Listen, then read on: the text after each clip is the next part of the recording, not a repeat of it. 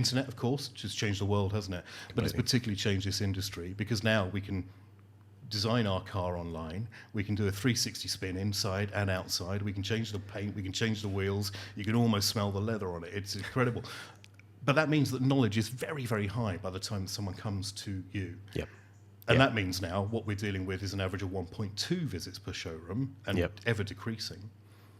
And that's great in a way because it means everybody we deal with we can assume is highly motivated. Yeah. But there's research done a few years ago now, but where they looked at the new inquiries to a business, over 90% were going to buy a car in the next 90 days. Wow. And that's huge. That's massive, isn't it? Yeah. Yep. Brilliant.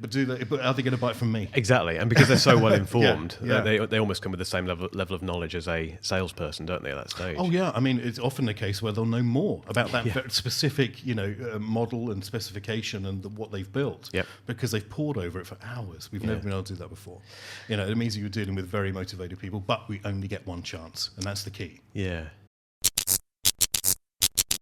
So, welcome back to the Armchair Show. I'm your host, Mark Ellis, and I'm joined today by Mark James. We've got a few Marks on the show today. Indeed. Hence the slight pause there. But Mark James from Mindcoach. How you doing, Mark? Really good. Yeah, it's really good to be here. What an amazing facility you've got. Thank you. Beautiful. Yeah, slightly different setup today for obvious reasons, of course, but it's all good. Tell us where you come from, Mark. So I'm operations director for Mindcoach Development Limited, who are a sales training, events and coaching company for the automotive trade. Excellent. And what do Mindcoach do? Can you tell us a bit more about that? A large amount of our work has been specifically on sales events, whether they be the man from the factory, accompanied events, or the instant traffic. And my joining the business has really taken a look at the other side now of about not what we do outgoing and prospecting to find business, but in fact how we manage the inbound inquiry, which frankly we need to deal with better now, probably more than ever.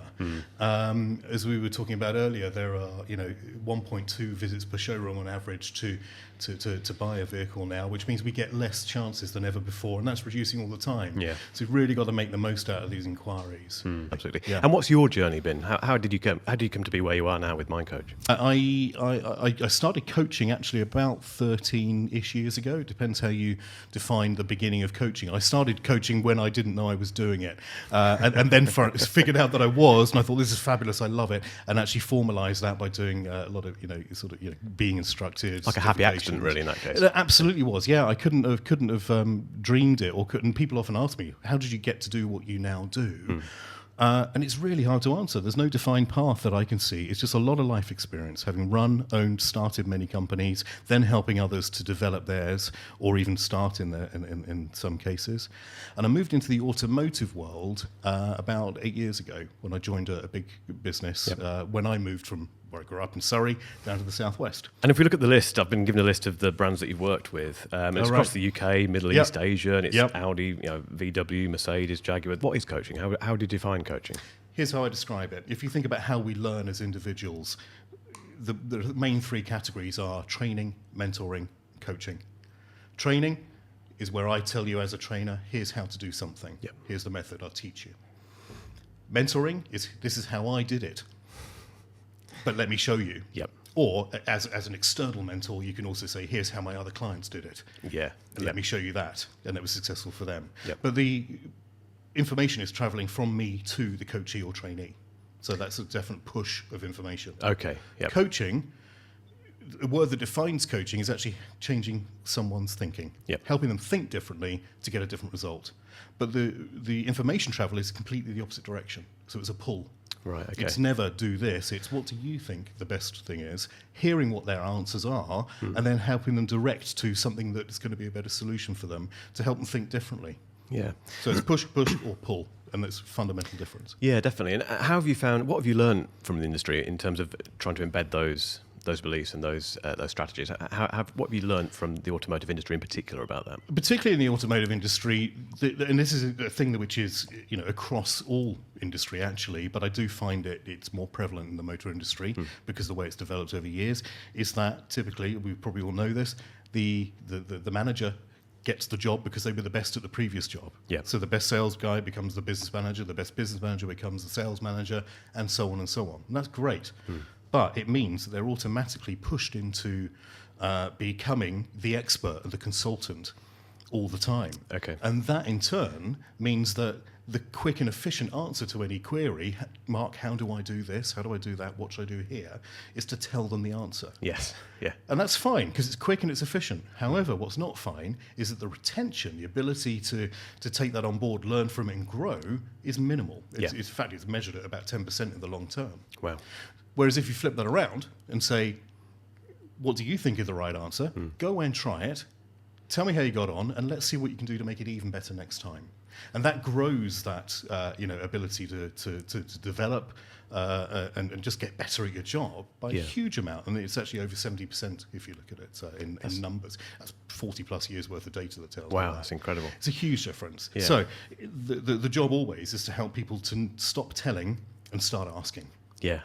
Have you found that's kind of impacted the younger generation entering the... Have you worked with many of the younger guys? I have, yeah, absolutely, yeah. Well, there's interesting ways to look at that. So, for example, one dealership I worked with, a big one in Wales, where they had they decided to change the way they worked and actually have brand ambassadors or product geniuses, you may term it as. Very Apple-y, isn't it? Yeah, it is, isn't it? And it's exactly where it came from, frankly. But you know, and they took inexperienced people who were just great with customers.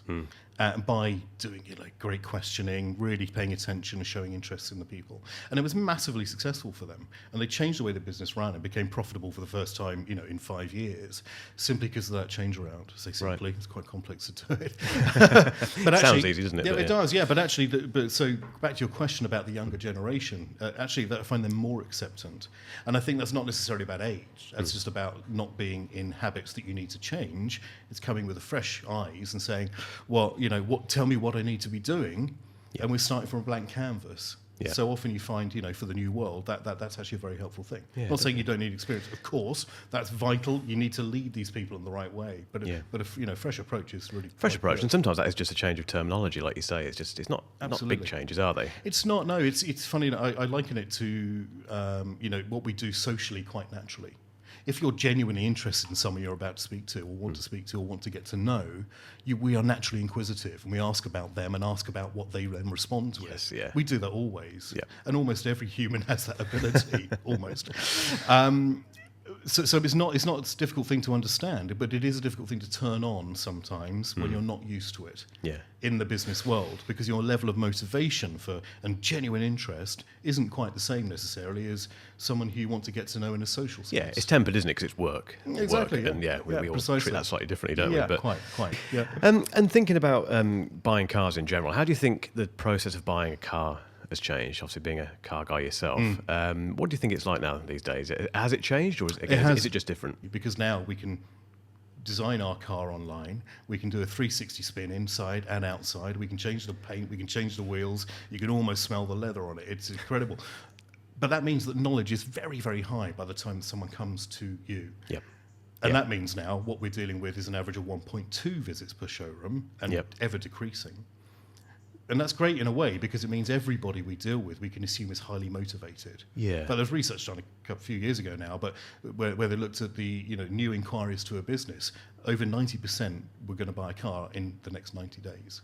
Wow. And that's huge. That's massive, isn't it? Yeah. Yep. Brilliant. But are they going to buy it from me? Exactly. And because they're so well informed, they almost come with the same level of knowledge as a salesperson, don't they, at that stage? Oh, yeah. I mean, it's often the case where they'll know more about that very specific, model and specification and what they've built because they've pored over it for hours. We've never been able to do that before.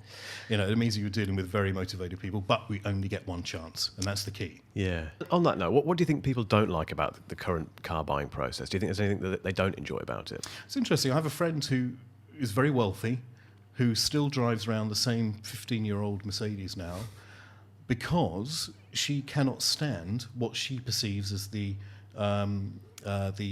experience of going to a dealership. Now, her experience is outdated. Yep. It really doesn't exist anymore. Dealerships in the main are exceptional when it comes to customer services. Yeah. And that is something I've seen change over the last few years, frankly. In what way? Because we have to be better. Yeah, how has that changed then? I think the understanding of relationship building, it's not just a case of if you want it, it's there. It's a big place, bright lights. It's a slightly more of a show.